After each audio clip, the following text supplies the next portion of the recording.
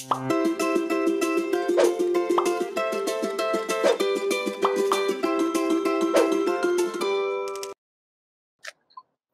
naman dun. So, kamusta naman yung life mo?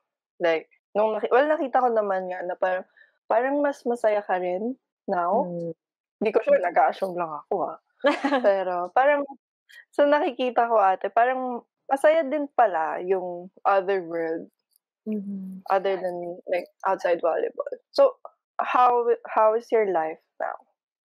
Ano siya, pareho namang masaya kasi siyempre like in volleyball, you have a family din na parang mas ka-close mo pa sa mga kapatid mo kasi sila yung lagi mong kasama.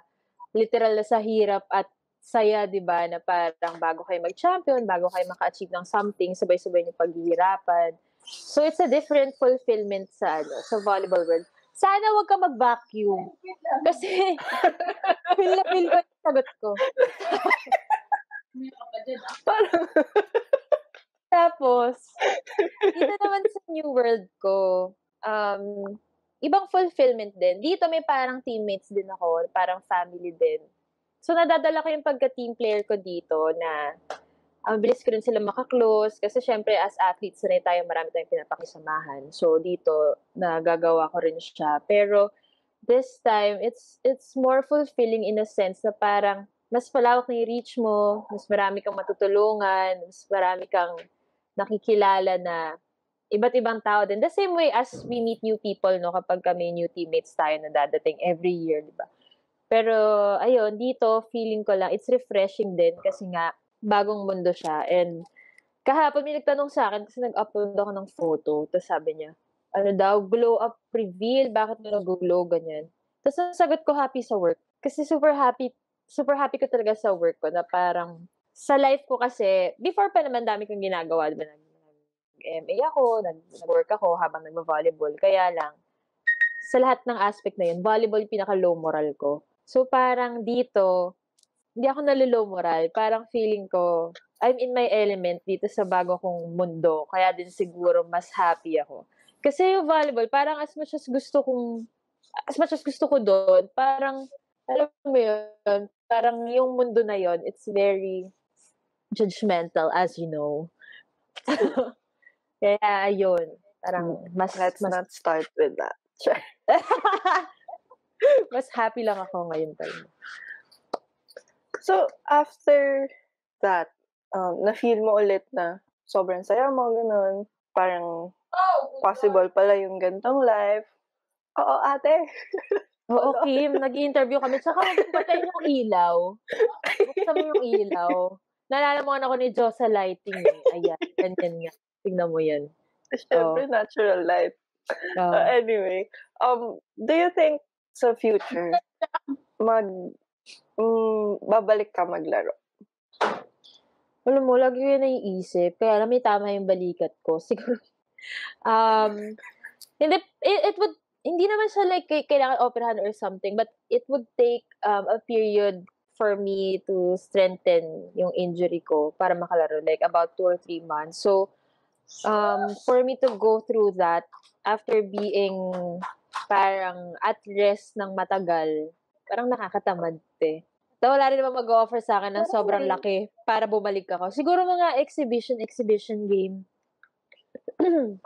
Oo, may sabit. Yung plema ko. Pero, ayun.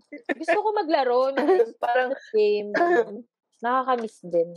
Pero hindi na talaga yung everyday kang magte-training, gano'n? Professional? Ay, hindi. Siguro makikitraining. Pero yung tipong for me to make it as my main career, ano kasi, parang wala akong ganun liberty na mag-explore ng ganun, tas i-risk ko yung, kasi breadwinner probs talaga. As much as gusto ko na, syempre ang saya, di ba, na career mo is yung sport na love mo.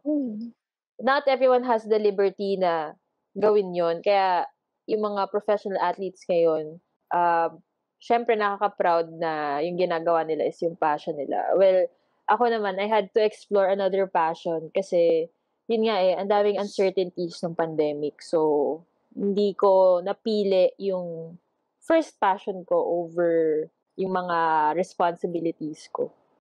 Si ate ko, Ratcha.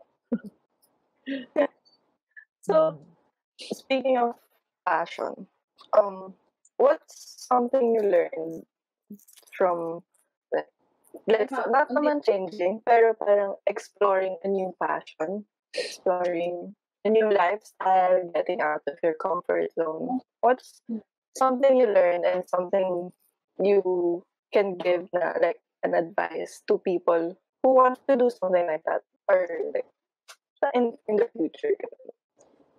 Something I learned talaga na, ang laki ng mundo, super. Dati kasi like, siguro even for you, 'di ba, mundo nga natin volleyball lang, ganyan-ganyan, na parang yan yung nagpapasaya sa'tin, yan din nagpapa-stress sa'tin, 'di ba? Para a big part of our life umiikot sa mundo ng volleyball. But, after stepping outside of my comfort zone nga, I got to realize na ang dami pa palang bagay sa mundo na puwede pa nating ma-explore and learn from. Kasi a lot of us learn from volleyball, 'di ba, na dinadala natin sa life. But there are also more things to learn from sa mundo, and nakakatuwa kasi, meeting new people na iba-ibang experiences. Kasi pagka sa volleyball or sa sport, you guys come from the same, alam mo yun, parang same experiences kasi, ito napagdaanan ko rin 'yan nung nagsisimula ako, ganito, ganito, ganito.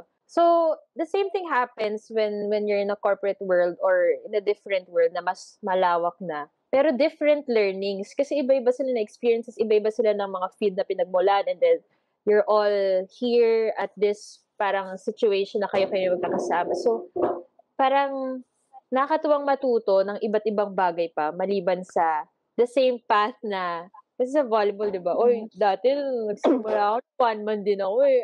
Dati na-injured din ako." Yung mga gano'n, 'di ba? Ito, mas Mm. marami lang storya. Same process, you learn from them, but mas maraming storya. Mas maraming perspective din, no? Kaya lagi akong excited na matuto sa mga kasi siyempre sa mga boss, ganyan, parang big time nila, tapos ito yung mga pagdaanan nila. So, it inspires me more, and lagi akong excited sa work. I don't know. Sana ma-sustain. I think yun yung totoong happiness in Mm. working, na happy ka sa ginagawa mo. True. Sana all happy sa Bakit di ka ba happy? Uy, happy ako, pero Bakit sana all ka Kasi dyan? wala lang. Alam mo naman, taga sana all lang ako lately, eh. So, Taray. baka ano masabi ko. Ah